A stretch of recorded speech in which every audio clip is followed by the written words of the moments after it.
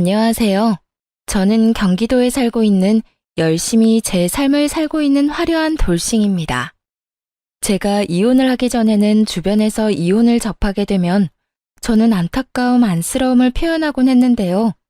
그랬던 제가 요즘 지인들에게 이혼을 접하게 되면 잘했다고 합니다. 그만큼 전 지금 제 생활에 만족하고 지내며 요즘 같은 세상에 이혼 같은 건 흠도 되지 않는다고 생각하는데요. 지금은 이런 생각까지 하는 저이지만 저 역시 이혼을 할 당시에는 온갖 잡념들에 휩싸여 이혼을 하지 못하고 이리저리 끌려다녔습니다. 그러면 제가 어떤 일들을 겪었고 어떻게 해서 이혼까지 하게 되었는지 제 사연 들어보실래요? 저와 남편은 연애를 길게 하고 결혼까지 하게 된 부부였습니다. 연애를 하기 전에는 친구로 지냈기에 가끔 남편의 집으로 가곤 했고 연인이 되면서도 시댁에 자주 왕래하면서 지냈던 것 같아요. 남편 역시 친정에 자주 놀러 오기도 했고 친정 부모님과 시간을 보내며 자연스럽게 가족이 되어갔죠. 시댁에서는 저를 특히나 예뻐해 주셨는데 남편이 외동이었던 터라 딸이 생긴 것 같다며 저를 많이 예뻐해 주셨었죠. 아름아, 넌 좋아하는 음식이 뭐니? 다음에 올 때 그걸로 해주마. 저 다 잘 먹어요. 어머님은 뭐 좋아하세요? 제가 다음에 해드릴게요. 그 작은 손으로 요리까지 할 줄 알아? 잘은 못하는데 기본적인 거 몇 가지만 할 줄 알아요. 어머님 입맛에 맞을지는 모르겠지만요. 당연히 다 맛있겠지. 아름이가 만들어주는 거면 소태밥도 맛있게 먹을 수 있는걸? 그런데 그런 일은 나중에 네 가정 생기면 네 자식한테나 해주고 지금은 내가 해주는 음식 먹어주려무나. 난 아름이 네가 맛있게 먹는 모습 보는 게 너무 좋단다. 허구한 날 허겁지겁 전쟁 치르듯 먹는 남자들만 보다가 너처럼 오물오물 토끼처럼 먹는 거 보고 있으면 이 엄마가 너무 행복해. 시모는 늘 저에게 귀엽다, 사랑스럽다, 행복하다 등의 말을 해주었고 그런 말을 들을 때마다 제가 특별한 사람이 된 것 같아 참 행복하더라고요. 여러모로 전 그런 시댁 분위기가 좋았고 남편을 사랑하기도 했지만 이런 시댁이라면 저도 가족으로 인정받고 사랑받을 수 있겠다는 생각이 커 결혼까지 하게 되었습니다. 단 한 번의 큰 소리도 조금의 의견 충돌도 없이 결혼까지 마치게 되었고 친정을 비롯해 시댁까지 화기애애한 그 자체였어요. 첫 명절이 오기 전까지는요. 아무래도 명절, 제사에 대해 들은 것이 많아 어쩔 수 없이 긴장이 되기도 하고 우리 시댁은 어떤 분위기로 나를 대할까 하는 걱정도 되더라고요. 하지만 이런 제 우려와는 달리 저와 남편이 시댁에 도착하니 이미 시모 혼자 음식을 준비하고 있더군요. 전 당연히 제가 오면 함께 시작할 거라 예상했던 터라 이런 상황은 생각지도 못했는데 조금 당황스럽더라고요. 죄송스럽기도 했고요. 심지어 준비만 하신 게 아니라 이미 반 이상을 해놓으신 터라 전 급하게 옷을 갈아입고 나머진 제가 하겠다며 앞치마를 하고 나섰습니다. 어머님, 이제 제가 할 테니 들어가서 쉬세요. 전 당연히 제가 오면 시작하실 줄 알았는데 언제부터 하신 거예요? 죄송해요. 다음부턴 좀 더 일찍 올게요. 아니야. 늘 혼자 해왔는데 뭐. 신경 쓰지 말고 옷부터 편한 걸로 갈아입으려무나. 이미 갈아입었어요, 어머님. 그러니까 이제부터 좀 쉬세요. 저 생각보다 잘해요. 그럼 우리 며느리 잘하는 거 다 알지. 다 아는데. 정말 거의 다 해서 네가 할 게 없어서 그래. 괜히 너까지 힘 빼지 말고 일단 조금 쉬어. 곧 있으면 끝이니까 뒷정리나 좀 도와다오. 그러면 제가 옆에서 전이라도 뒤집을게요. 그 정도는 하게 해주세요. 이때까진 분위기 좋았습니다. 누가 먼저라고 할 것도 없이 서로 나서 일을 하려고 했고 서로의 등을 떠밀며 조금이라도 더 쉬게 해주려고 했죠. 음식을 다 마련하고 나선 시모가 쉬는 동안 혼자 뒷정리를 빨리 끝내버리곤 빨래부터 시작해서 대청소도 다 해버렸습니다. 시모가 일을 워낙 못하게 하니 빨래 대청소를 하는데 기분이 나쁘기는커녕 뿌듯한 마음마저 들더라고요. 혼자 아침부터 고생했을 시모에게 조금이라도 도움이 되었다는 생각에서 말이죠. 이런 제 마음을 알았는지 시모는 이런 말까지 해주더군요. 어쩜 그렇게도 손이 야무질 수가 있는지. 덕분에 이번 명절엔 몸살 걸릴 일 없이 잘 지나가겠구나.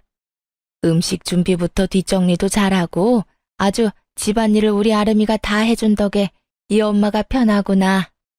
시모는 제 두 손을 쓰다듬으며 애정을 듬뿍 담은 말을 해주었고 사랑받고 있다는 생각이 들어 참 기쁘더라고요. 그렇게 좋은 분위기에서 명절을 보냈고 친정으로 가기 전 저희를 배웅해 주시는 시모에게 준비한 용돈 봉투를 드렸죠. 어머님, 저희 이제 가볼게요. 덕분에 많이 배우고 맛있게 먹고 잘 쉬다가 가요. 아, 그리고 어머님, 여기 용돈이요. 첫 명절이고 해서 준비했어요. 시모는 정말 생각도 못했다는 듯 놀란 눈을 하고 봉투를 보더라고요. 이걸 받아도 되나 하는 고민을 하는 시모의 손에 저는 봉투를 쥐어드렸고 시모는 감동한 듯 저를 보며 이렇게 말하더군요. 어머나, 이런 거 필요 없는데. 이래서 다들 딸 타령을 하는가 보구나. 우리 아들은 생전 이런 봉투 내미는 법이 없었는데. 에이, 엄마, 생신 때 용돈 드렸잖아요. 생일마저 입 닦으면 네가 아들이야? 그건 당연한 거야. 어찌되었든 아가, 고맙다. 내가 잘 쓰마. 여기까지도 좋았습니다. 그런데 봉투를 확인한 시모가 불현듯 이런 말을 하더라고요. 미세하게 굳은 표정을 지어 보이면서요. 그런데 혹시 너희 친정에도 명절이라고 봉투 준비했니? 전쟁의 시작과도 같은 질문이었습니다. 시모는 살짝 굳은 표정으로 저에게 물어왔고 시모의 의중을 알 수 없었던 저는 있는 사실 그대로 대답했어요. 굳이 숨길 필요도 없었고 차별을 두어 준비를 했던 것도 아니었으니까요. 네, 친정도 봉투로 준비했어요. 저는 매년 친정에 용돈 드렸었거든요. 그래서 올해도 마찬가지로 준비했어요. 그 순간 시모의 표정이 걷잡을 수 없이 굳어지며 완전히 다른 사람처럼 저에게 따지듯 닥달을 하더라고요. 그런 법이 어디 있니? 이제 시집 왔으면 친정을 챙길 필요 없지 않니? 넌 이제 우리 집 사람인데 왜 친정까지 챙기는지 모르겠구나. 애 없을 때 한 푼이라도 더 모을 생각을 해야지. 이제 보니 우리 아름이가 다 좋은데 돈 쓰는 씀씀이가 좀 해픈 것 같네. 너희 돈 관리는 누가 하니? 네가 하고 있으면 우리 아들한테 맡겨. 알겠지? 그리고 용돈 같은 건 앞으로 친정에 주지 말고 다 너희 생각해서 하는 말이야. 과연 내가 알던 시모가 맞는지 의문이 다 들더군요. 어떻게 돈 앞에서 사람이 이렇게까지 이중적인 면모를 드러내다니요? 얼마나 충격적이었으면 말문이 막히는 것은 물론이고 기분이 나쁘다는 생각조차 들지 않았어요. 제가 아무 말도 하지 않고 있자 제 눈치를 살피던 남편이 입을 떼더라고요. 에이, 엄마, 그런 건 우리가 알아서 할게. 자, 우리도 이만 가봐야겠다. 우리는 갈 테니 푹 쉬어요. 그렇게 남편의 손에 이끌려 친정에 가게 되었고 저는 친정에서 어떻게 지냈는지도 모를 만큼 넋이 나가 있는 상태였죠. 모든 일정을 끝내고 집으로 돌아오자 그제야 제가 무슨 말을 듣고도 말 한마디 하지 못한 건지 자각이 되더라고요. 그와 동시에 화가 올라왔고요. 여보, 혹시 나 당신이랑 사는 동안엔 우리 집에 용돈도 주면 안 되는 거야? 갑자기 그게 무슨 말이야? 아, 엄마가 한 말 때문에 그래? 그 말을 뭘 신경 쓰고 그래. 그냥 그런가 보다 하고 신경 쓰지 마. 엄마한텐 알겠다 하고 우린 우리가 하고 싶은 대로 하면 돼. 아무리 그렇게 하면 된다고 해도 나 어머님 말씀 기분이 너무 나빠. 어떻게 그렇게 말씀하실 수가 있어? 시집온 딸은 자식도 아니야? 뭘 그런 말을 곱씹고 있어. 괜히 당신 기분만 나쁘게. 워낙 옛날 분이라 그래. 그런 부분에선 아무리 설득하고 타협하려고 해도 도무지 안 되더라고. 그러니까 당신도 그냥 들어도 못 들었다고 생각하고 지내줘. 응? 그거 말고는 다 당신 편하게 맞춰주시잖아. 아무리 그래도 기분이 상하는 걸 어떻게 해. 내가 앞으로 그런 말 나올 것 같으면 한 발 앞서 막아주도록 노력할 테니까 기분 풀고 좀 쉬자. 당신도 지금 피곤해서 예민해져 있어. 응? 남편은 제 기분을 풀어주려 노력했고, 저는 기분은 상했지만 그냥 넘어가기로 했습니다. 남편의 말대로 딱 그 부분만 아니면 시모는 꽤 괜찮은 시모라 생각했으니까요. 그 딱 한 가지가 결국 저를 이혼까지 몰고 가게 될 줄은 그땐 몰랐습니다. 몇 번의 명절이 지나고 도무지 적응되지 않을 것만 같던 시모의 고지식한 면모도 적응이 되더라고요. 남편이 당부한 대로 앞에선 그저 네라고 답하고 뒤로는 친정을 챙기면 그만이었으니까요. 처음엔 그렇게 행동하는 저 자신이 싫었는데 어떤 면에선 그렇게 행동하는 것이 괜한 불화를 일으키지도 않고 얼굴을 붉힐 일도 없으니 현명한 며느리로서의 태도란 생각이 들기도 했습니다. 그러던 와중 친정아빠의 생신이 되었고 전 매번 시댁 어른들의 생신상만 차려들었던 것이 마음에 걸리더라고요. 그동안 부모님 생신상 한번 제대로 챙겨드리지 못한 것이 죄송한 마음이 들어 이번 생신은 집에서 대접해 드리기로 했죠. 엄마, 이번 아빠 생신상 내가 차려드릴 테니 시간 맞춰서 우리 집으로 와.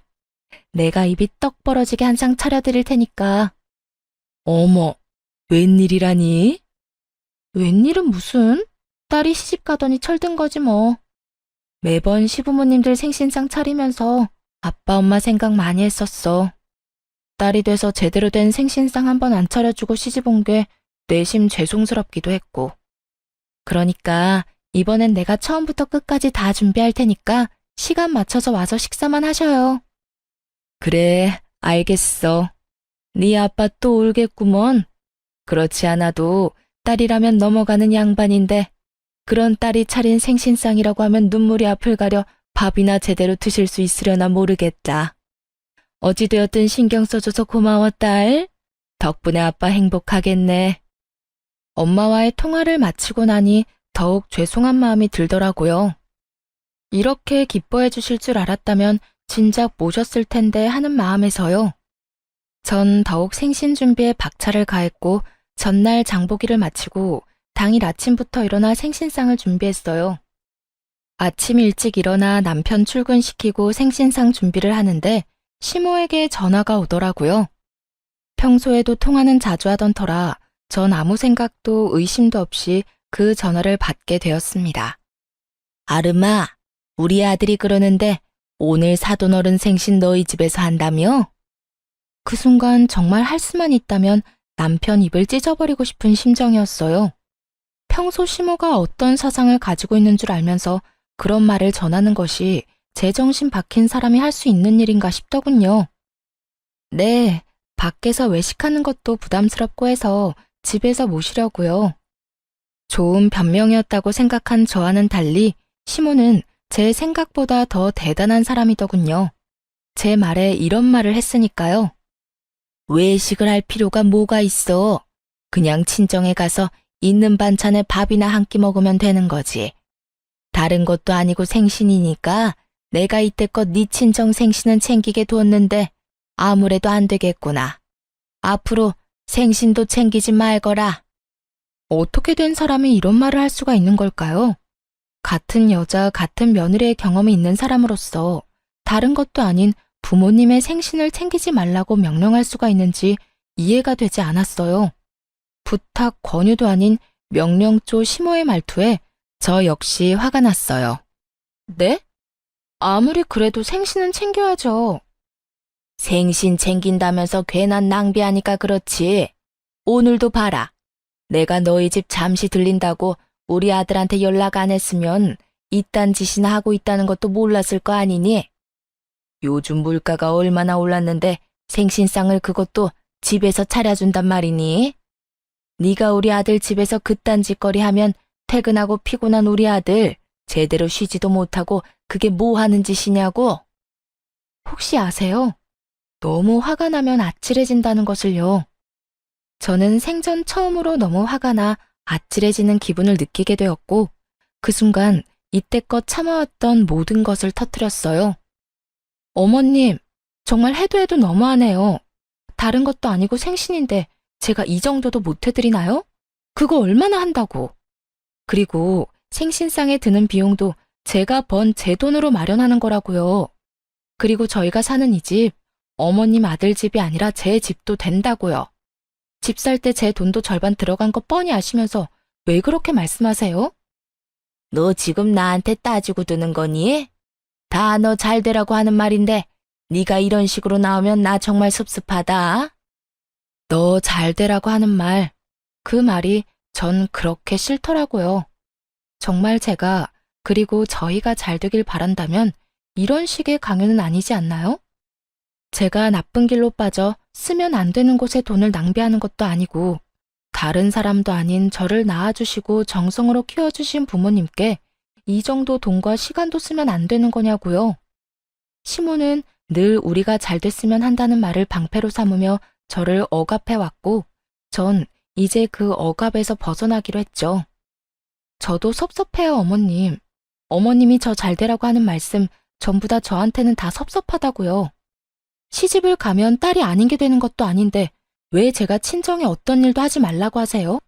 저를 낳아주시고 이날 이때껏 온 정성을 쏟으면서 저를 키워주신 부모님께 아무것도 안 하고 아무 관심도 가지지 않는 게 정말 저를 위하는 일이라고 생각하세요?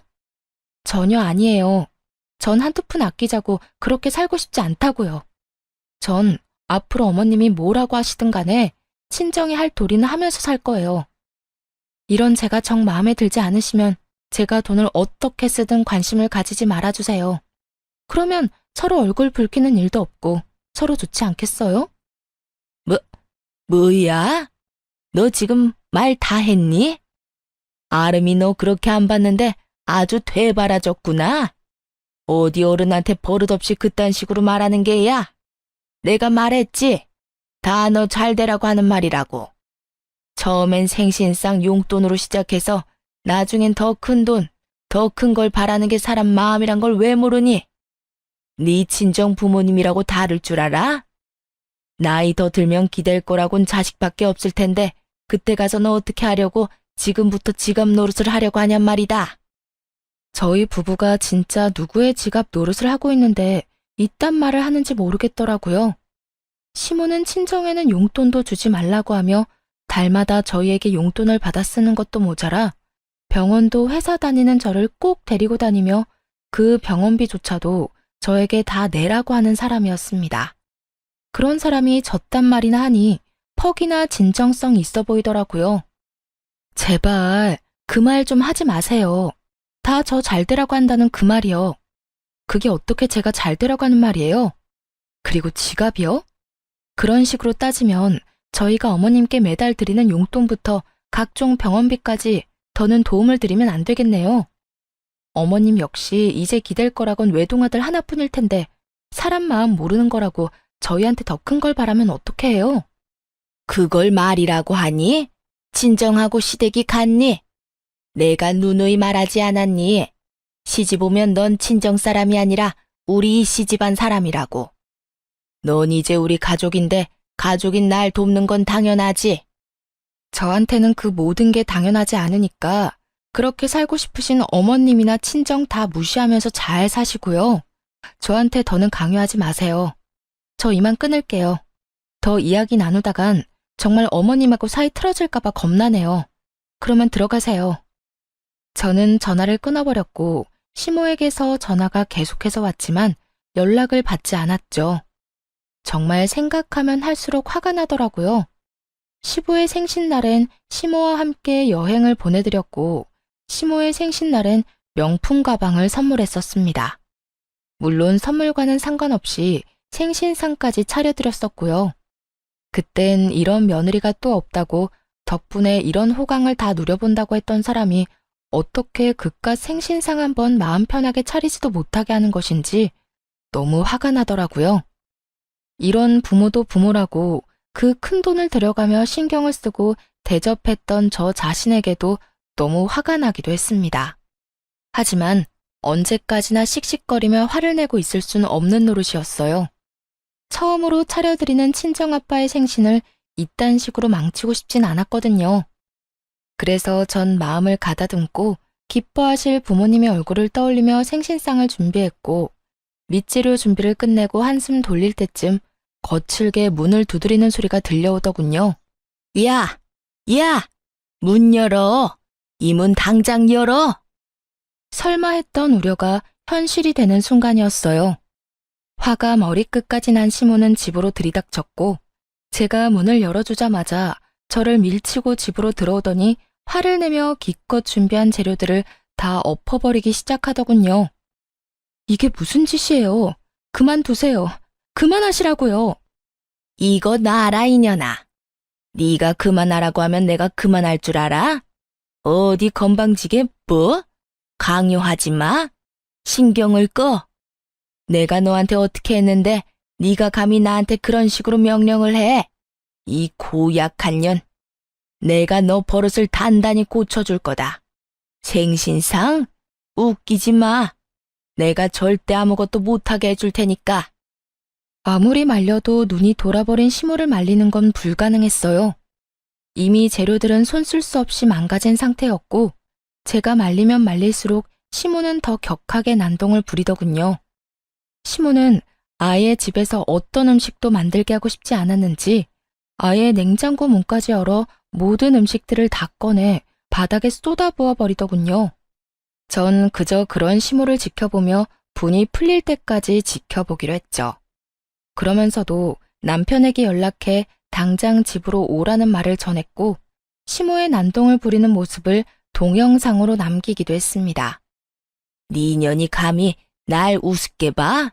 이게 오냐오냐 해줬더니 어른 무서운 줄 모르고 날뛰는 꼴이라니. 내가 이렇게까지 하는데도 네가 생신상 차려낼 수 있을지 두고 보자. 시모는 끊임없이 저를 향한 분노를 뱉어내며 난동을 부려댔고, 그 사이 집에서 가까운 회사에 다니던 남편이 집으로 불이 나게 뛰어들어오더군요. 모든 광경을 목격하게 된 남편은 많이 놀랐는지 멈칫거리며 입을 벌리더라고요.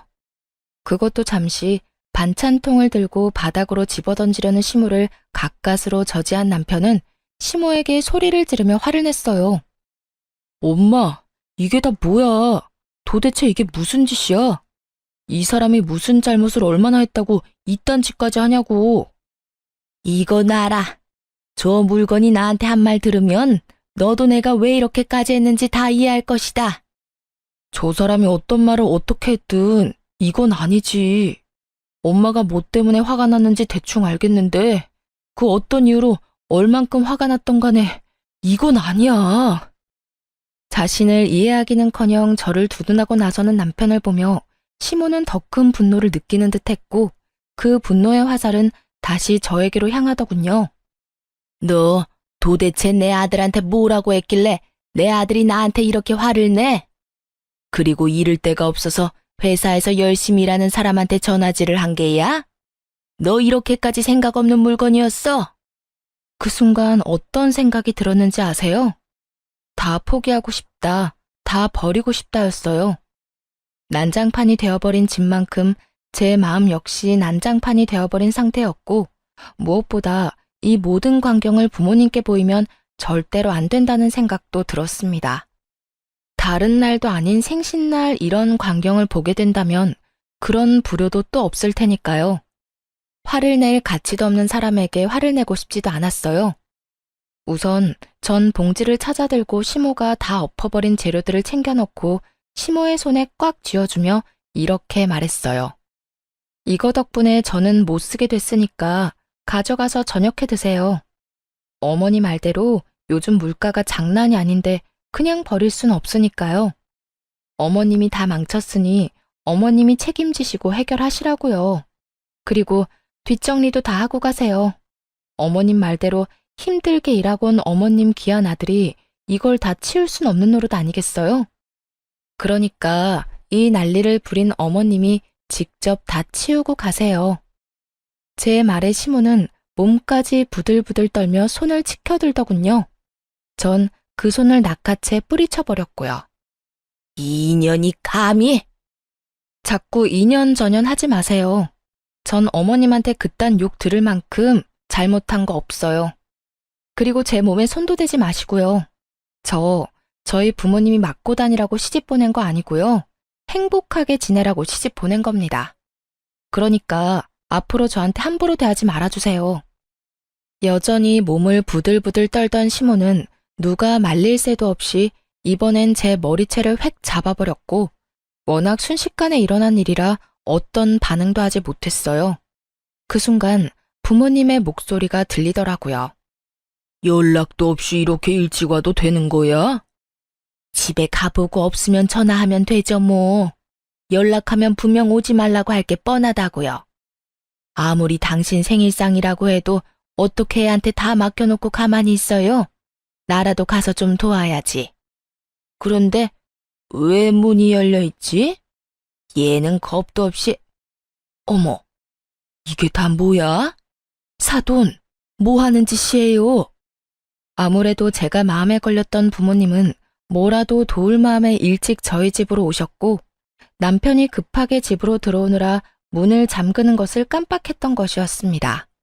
참고로 저희 집은 디지털 자물쇠가 아닌 열쇠로 문을 열고 닫는 터라 문을 닫는다고 해도 잠기진 않는 문이었고 심지어 문을 제대로 닫지 않아 조금 열린 상태였던 거죠.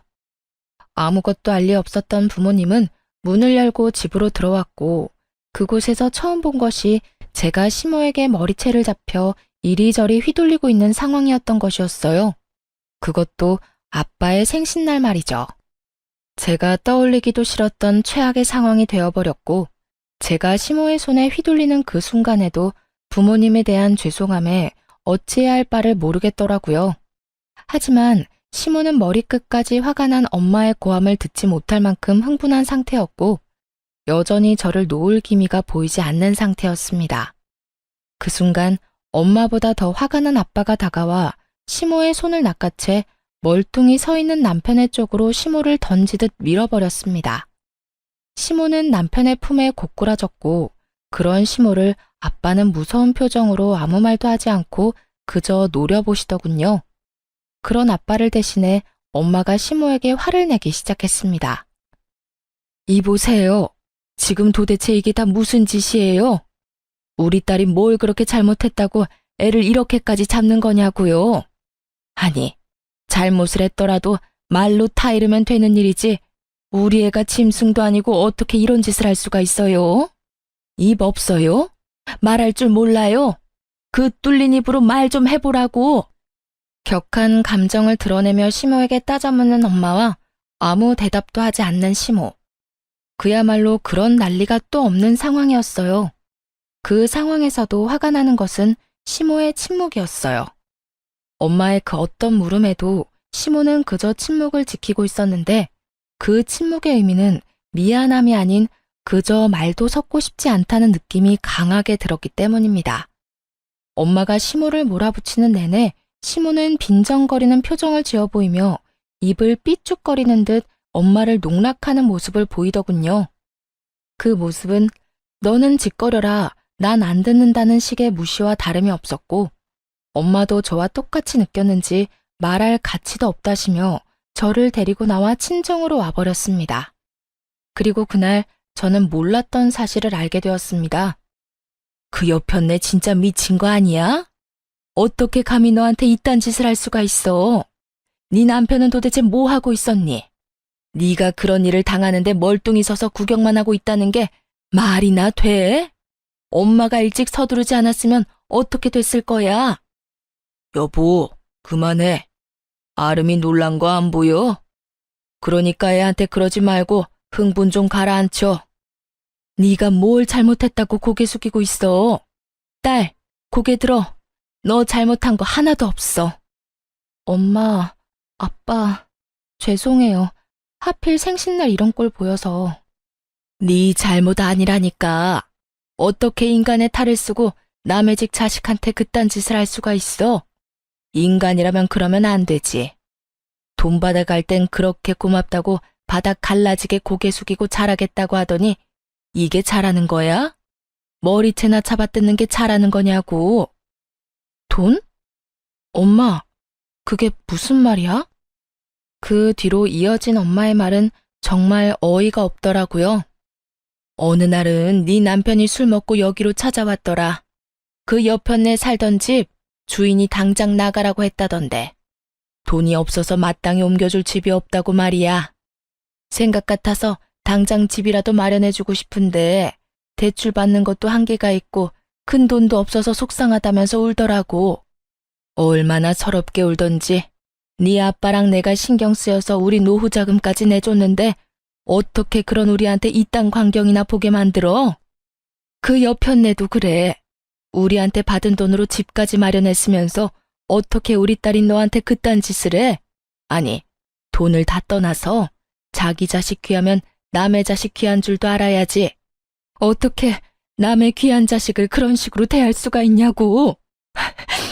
내가 진짜 아까 그 장면이 머릿속에서 떠나지 않아. 속상해 미치겠어.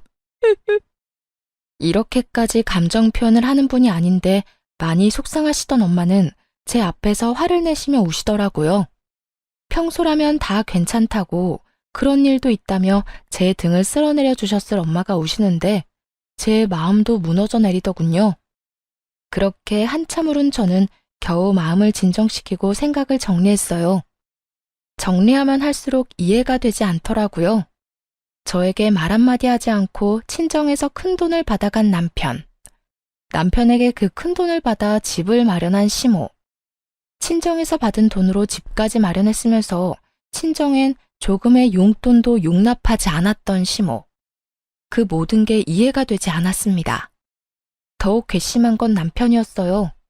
시모의 집을 마련하던 시기에 제가 이것저것 물었던 적이 있는데 그때마다 남편은 저에게 거짓말을 해대며 어물쩍 그 상황을 넘어가곤 했으니까요. 그땐 친정에서 도움을 받았을 거란 생각도 못한 상황이라 속여봤자 대출금 정도라 생각했었어요. 그래서 효도하고 싶다는데 제가 뭐라고 나서나 하는 생각에 더는 아무 말도 하지 않았던 것이고요. 하지만 그 모든 행동이 저를 속이기 위한 행동이었다고 생각하니 너무나도 괘씸하더군요. 그렇게 남편에 대한 실망감과 시모에 대한 넘치는 분노 때문에 어찌해야 할 바를 모르고 있었어요. 그러는 와중에도 남편은 와서 빌기는커녕 연락 한 통이 없더라고요. 분노와 체념이 오가는 며칠이 흐른 후 남편에게 연락이 왔고 전 친정 근처 카페에서 남편을 만나게 되었습니다. 어쩌면 싹싹 빌며 사과를 해올 수도 있을 거라 생각했는데 남편은 다리를 꼬고 앉아 저에게 이혼을 통보하더라고요. 뭐, 그 역시도 제 예상 안에 있기도 했지만요. 우리 이혼하자. 뭐? 이혼? 그래, 이혼. 엄마랑 많이 이야기해봤는데 아무래도 우리 이혼하는 게 좋을 것 같아. 당신이랑 엄마 사이에서 나도 힘들고 당신도 앞으로 우리 엄마 보기 싫을 거고 그러면 난 더 힘들어질 거고 우리 앞날이 뻔하잖아. 지금 이혼을 입 밖으로 내뱉고 싶은 사람이 누군데 감히 누가 먼저 이혼을 입 밖에 내나 싶더라고요. 그러면서도 그 검은 속내가 뻔히 보이기도 했고요. 이혼? 당연히 해야지. 그런데 당신 우리 집에서 돈 많이 받아갔더라. 그 돈으로 어머님 집 사는데 보태드렸고 이혼은 하는데 돈은 다 토해내야 하지 않겠어? 제 말에 남편은 그게 무슨 헛소리냐고 웃더라고요. 그러면서 하는 말은 정말 가관이었습니다. 내가 왜 그 돈을 줘야 해? 난 빌린 적도 없는데? 내가 빌려줬다는 증거라도 있어? 있으면 가지고 와 보든가. 이런 걸 보고 딱 잡아뗀다고들 하시죠? 네, 남편도 그런 적 없다며 딱 잡아떼기 시작하더라고요. 여유롭게 커피까지 홀짝홀짝 마셔대며 증거가 있다면 가지고 오라는데 그 모습이 참 하찮더라고요. 얼마나 보고 배운 것이 없으면 저렇게까지 뻔뻔할까 싶기도 하고 얼마나 생각하는 바가 밑바닥이면 저딴 행동밖에 하지 못할까 싶기도 해서요. 이혼의 단어가 나오고 난 후, 아니 어쩌면 어렴풋이 설마 이러진 않을까 했던 제 생각과 전혀 다르지 않은 하찮은 태도였어요. 부모님은 남편에게 차용증 한 장 쓰라는 말도 하지 않고 돈을 주었고 이체를 해주었다고는 하나 그냥 준 것이라고 우기면 할 말이 없는 상황이었죠. 하지만 제 부모님은 제가 생각했던 것보다 상황 대처 능력이 더욱 대단한 분들이시더라고요. 증거 있어. 이런 상황을 예상하고 그랬던 건 아니지만 우리 엄마 아빠가 그날 그 상황을 다 동영상으로 남겨놨다고 하시더라고. 네, 맞습니다. 부모님은 차용증 대신 홈 CCTV로 모든 상황을 녹화했고 그 녹화분을 따로 간직하고 계셨다고 하더라고요. 그 홈 CCTV는 제가 설치를 해드린 것이었는데 아무래도 두 분만 계시는 것이 불안해 설치해둔 것이 이렇게 쓰인 것이었죠. 그럴 리가 없다는 표정의 남편을 향해 동영상을 틀고 볼륨을 키웠죠. 장인어른, 장모님, 정말 감사합니다. 제가 형편이 되는 대로 조금씩이라도 갚겠습니다. 덕분에 저희 어머니 이제 이사 걱정 없이 보내실 수 있게 됐어요. 정말 감사합니다. 제가 이자까지 쳐서 꼭 갚겠습니다. 영상 속의 남편은 고개를 바닥에 박고 눈물을 흘리며 온 마음을 다해 감사한 마음을 전하고 있었어요. 그런 남편을 아빠는 일으켜 세우며 진정시켜 주셨고요. 그래, 이 돈으로 해결된다니 다행이네. 좋은 일인데 뭘 그렇게 울고 그래. 인제 그만 울고. 자네, 내가 이 돈 왜 빌려주는 줄 알지? 우리 딸 눈에 눈물 흘리게 하지 말라고 빌려주는 걸세. 돈 때문에 자네가 힘들어하면 우리 딸도 힘들 테니 우리 노후 자금까지 털어서 빌려주는 거라고. 네, 잘 압니다. 제가 아름이 눈에 눈물 흘리지 않게 잘하겠습니다. 정말 세상에서 제일 행복한 여자로 만들어줄 겁니다. 그래, 그거면 됐어.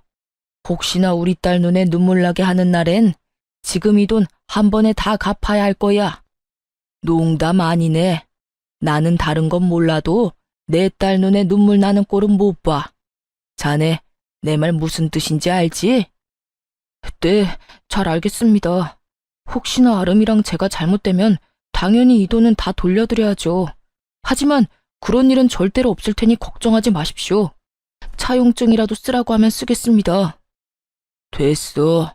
차용증은 무슨. 그런 건 필요 없으니까 약속이나 잘 지켜.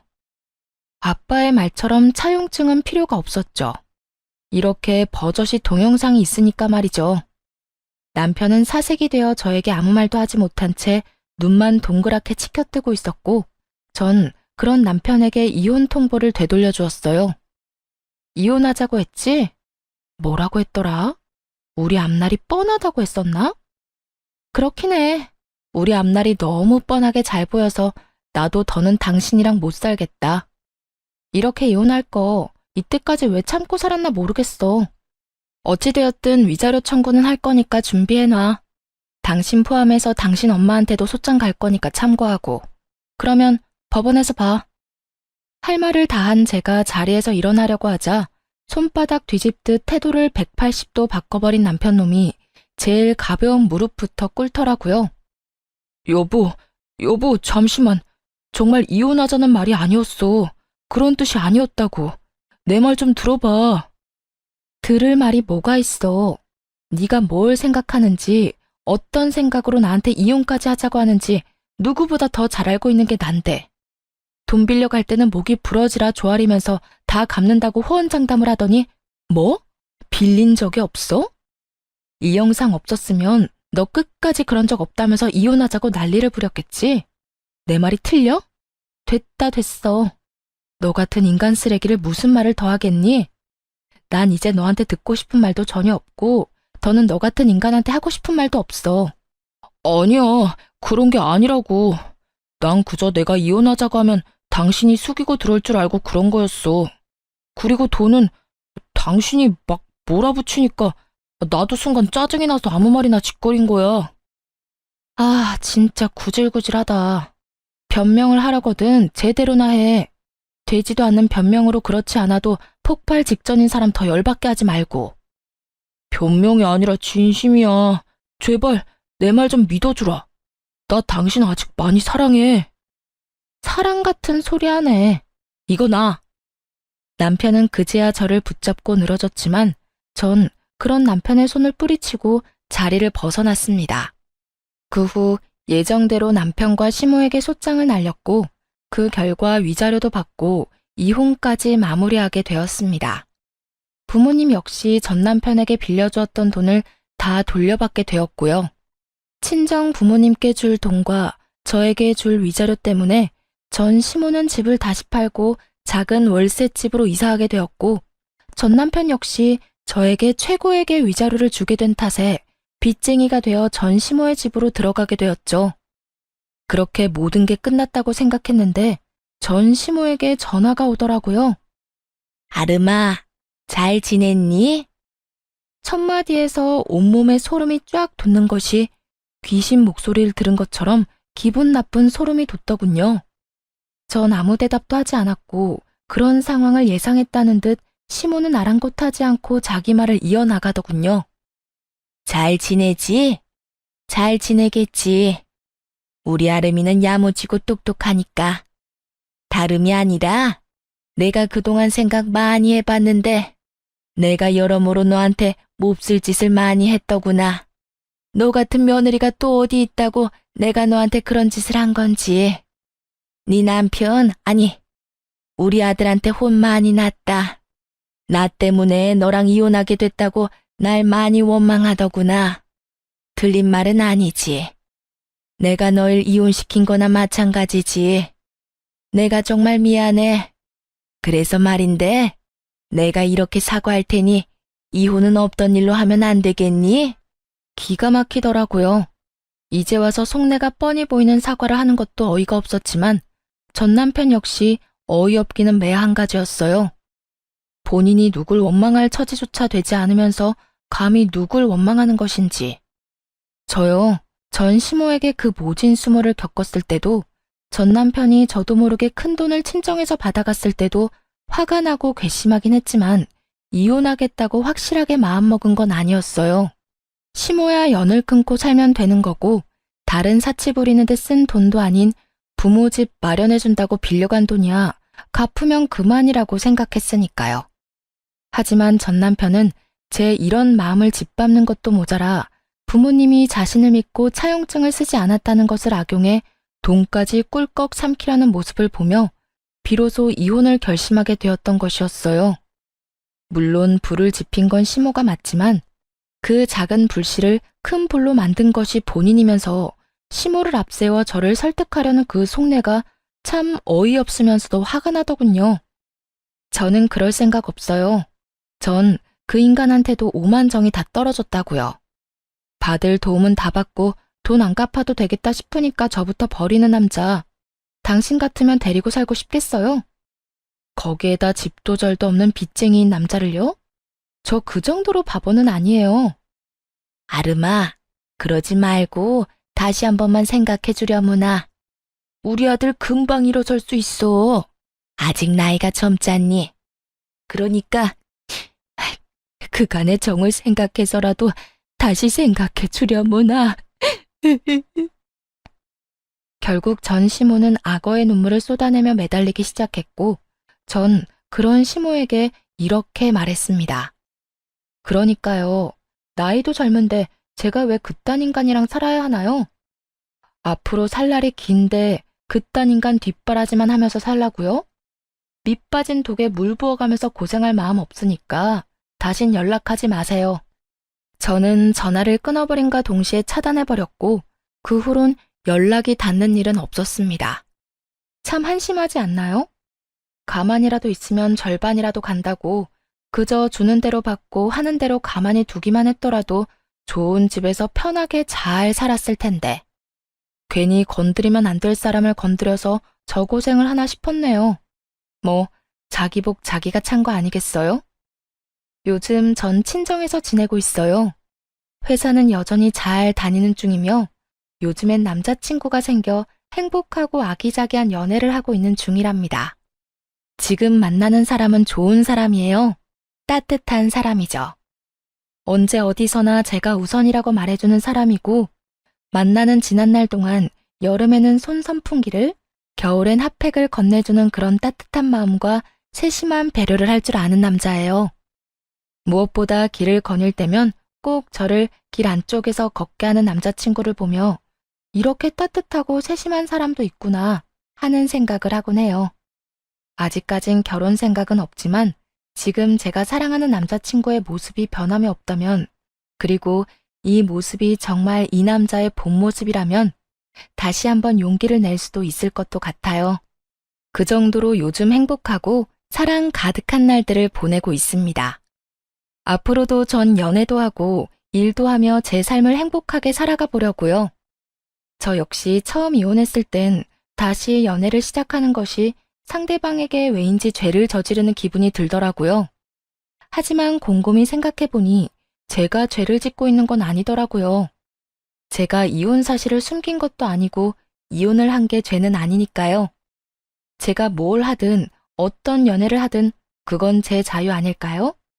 그러니까 저와 비슷한 상황의 돌싱녀, 돌싱남 분들, 우리도 행복하게 살아봐요. 언제까지나 아픔에 절망감에 빠져 시간을 낭비할 순 없지 않을까요? 충분히 아파했고 충분히 힘들었던 만큼 이제 우리 다들 행복합시다. 꼭 새로운 사람을 만나 새로운 출발을 하는 것만이 아닌 본인이 원하는, 본인이 꿈꾸는 그 행복을 위해 다 함께 노력해봐요. 그러면 저는 모든 분들의 행복하고 사랑 가득한 삶을 응원하며 이만 물러가 볼게요. 긴 사연 들어주신 모든 분들 감사합니다.